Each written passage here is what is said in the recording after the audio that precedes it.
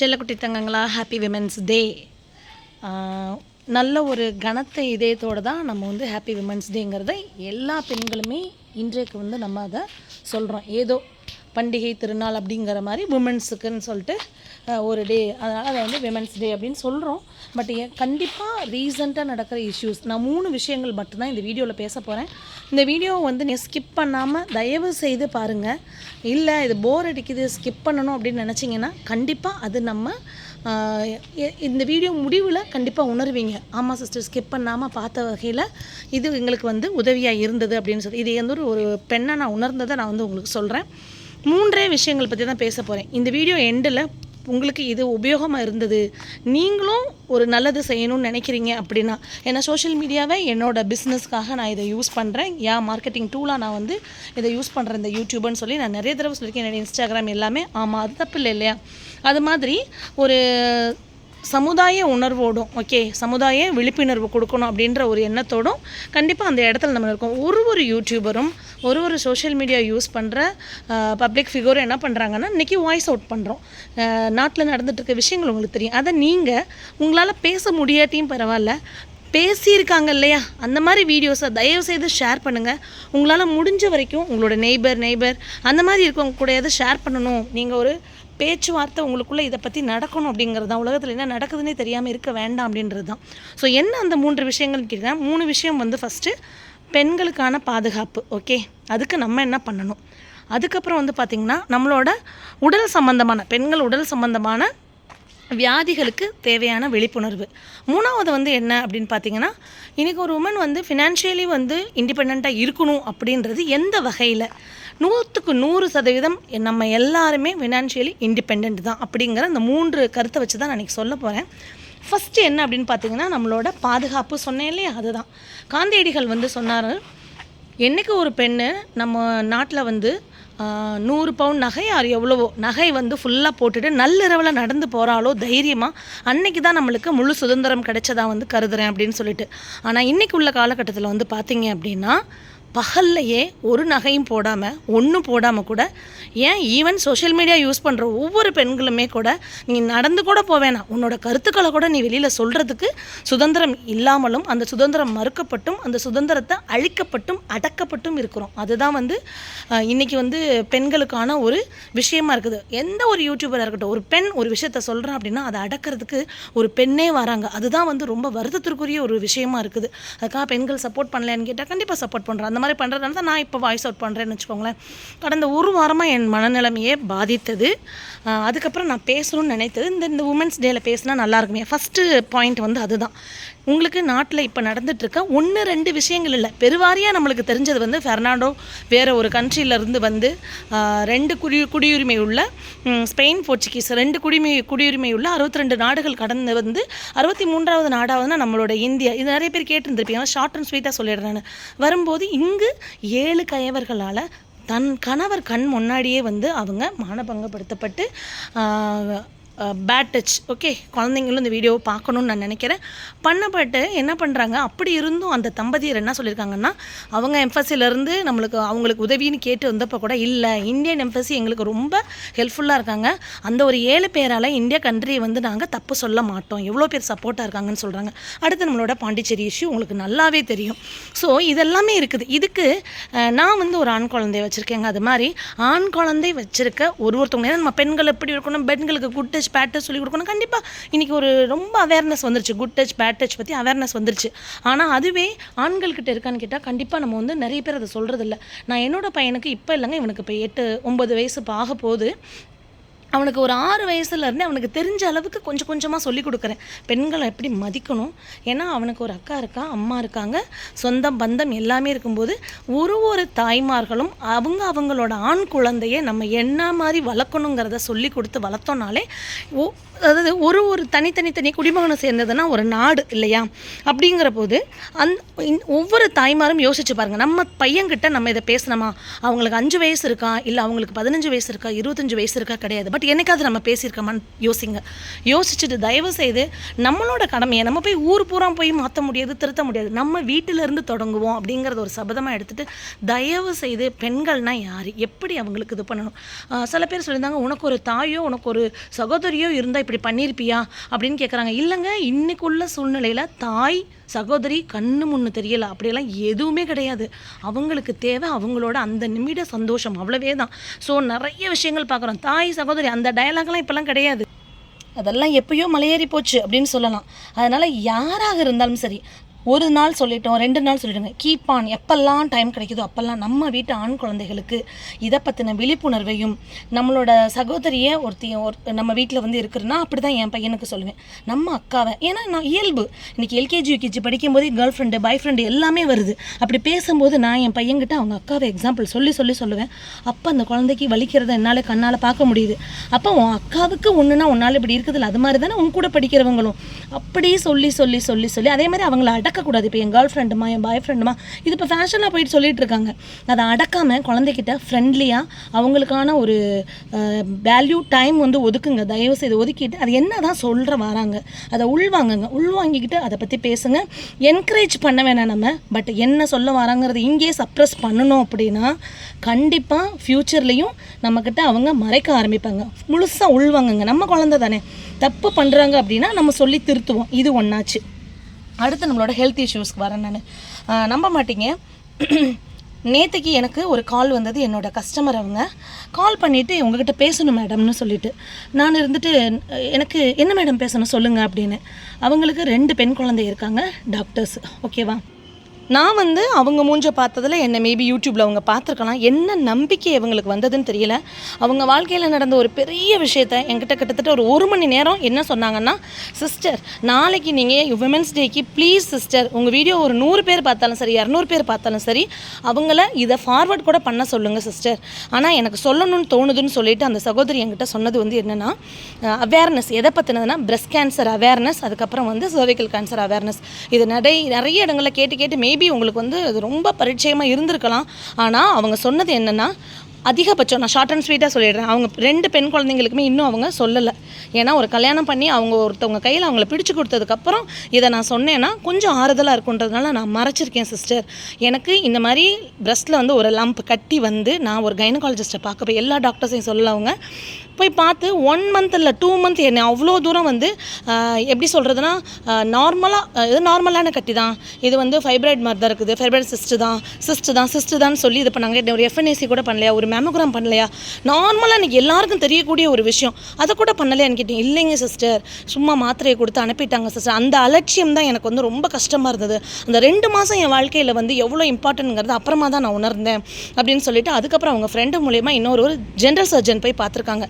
தயவு செய்து பெண்களே, நம்ம செல்ஃப் எக்ஸாமினேஷன் பிரெஸ்ட் எப்படி பண்ணுறதுன்னு யூடியூப்பில் எதையோ தேடுறோம், தயவுசெய்து இதை தேடுங்க. நீங்கள் ஒரு நாளும் குளிக்கும்போது அட்லீஸ்ட் வீக்லி ஒன்ஸ் உங்களோட மார்பகத்தை நீங்களே வந்து பால்பேட் பண்ணி பார்த்து கண்டுபிடிங்க.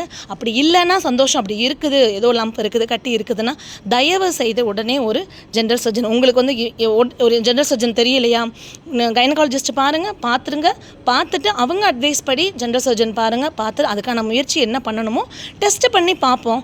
அது வந்து நம்மளுக்கு புற்றுநோயாக தான் இருக்குது அப்படின்னா அதுக்கான ட்ரீட்மெண்ட் எடுப்போம். என்னை பொறுத்த வரைக்கும் வாழ்க்கையில் என்ன தெரியுமாங்க, ஐயோ வந்துருச்சே அப்படின்னு இருக்கிறத வந்ததுக்கப்புறம் என்ன பண்ணுறது, அது இதுதான் இன்றைக்கி வரைக்கும் என்னோடய வாழ்க்கையில் நான் கடைப்பிடிச்சிட்ருக்கிறது.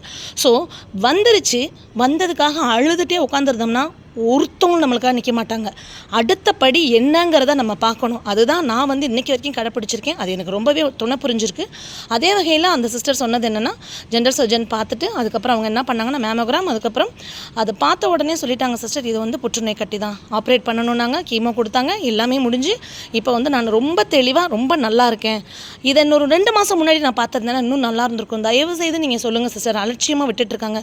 எந்த நோயாக இருக்கட்டும், ரெஸ்பிரேட்டரி இன்ஃபெக்ஷன் வந்து கஃபோ கோல்டு எது வந்தாலும் சரி தங்கங்களா, அதிகபட்சம் ஒரு 2 வீக்ஸ் இல்லை 3 வீக்ஸ், அது உங்களுக்கு சரியாகலைன்னா தயவு செய்து 2 வீக்ஸ் 3 வீக்ஸே அதிகம், உடனே மருத்துவரை பார்த்துருங்க. அதே மாதிரி புற்றுநோய் கேன்சர், சர்விக்கல் கேன்சர் இன்றைக்கி வந்து ரொம்பவே நம்மளுக்கு வந்து அவேர்னஸ் இருக்குது. இருந்தாலும் அதை ஒதுக்க வேண்டாம். 30 வயசு ஆகிட்டாலே மேமோகிராம், அதுக்கப்புறம் வந்து பேப்சிமியர், இதுக்கப்புறம் HPV human papilloma virus vaccination வந்து நீங்கள் கண்டிப்பாக போட்டுக்கோங்க. உங்கள் கைனகாலஜிஸ்ட்டு பாருங்கள், பார்த்துட்டு தயவு செய்து நீங்கள் வந்து அதை யூஸ் போட்டுக்கோங்க. 15 வயசுலேருந்து 26 வயசுக்குள்ளே அதை போட்டுக்கிட்டால் ரொம்ப எஃபெக்டிவ். அது வரைக்கும் தான் நீங்கள் பண்ணிக்க முடியும். வீட்டில் இருக்க ஒரு பெண் குழந்தைங்களுக்கும் நீங்கள் அதை பண்ணி வச்சுக்கிறது ரொம்ப நல்லது. HPV டெஸ்ட்டும் வந்து நீங்கள் பண்ணிக்கணும் அப்படிங்கிறது தான். ஒரு 30 வயசு தொட்டுடுச்சு அப்படின்னாலே நம்ம அட்லீஸ்ட் 3 இயர்ஸ்க்கு ஒன்ஸ் வந்து அதை நம்ம பண்ணியே ஆகணும். மேபி உங்களுக்கு எதுவுமே நம்ம பேசுகிறது இப்போ புரியாத ஒரு டேர்ம்ஸாக இருக்குதுன்னு வச்சுக்கோங்களேன்.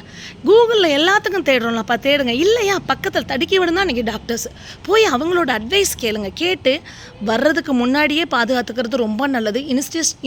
இனிஷியல் ஸ்டேஜில் பாதுகாத்துக்கிறது இன்னுமே ரொம்ப நல்லது. அதை தான் செய்யணும் அப்படின்னு வந்து நான் சொல்கிறேன். நான் வேறு ஒன்றுமே கிடையாது. ஸோ தயவு செய்து இந்த வீடியோவை முடிஞ்சால் நீங்கள் ஃபார்வர்ட் பண்ணுங்கள். இல்லை உங்களுக்கே நீங்கள் வந்து இப்போ ஒரு 10 இயர்ஸ் ஆச்சு மேமோகிராம் பண்ணி, இல்லை பேப்சிமேர் பண்ணி அந்த அவ்வளோ நாள் ஆயிடுச்சு அப்படின்னா தயவு செய்து உடனே அதை பண்ண பாருங்கள். மாஸ்டர் ஹெல்த் செக்கப் எவ்ரி வந்து உங்களோட பர்த்டே, அப்படி இல்லைனா வந்து ஜனவரி. இதை ஞாபகம் வச்சுக்கோங்க. ஏன்னா பர்த்டேன்னு ஏன் சொல்கிறோம் அப்படின்னா, நம்ம பிறந்தோம் இந்த உலகத்தில், நல்லபடியாக வாழ்ந்து கடவுளுக்கு உகந்த நாள் வரும்போது நம்ம அவரால் எடுத்துக்கொள்ளப்படணும்.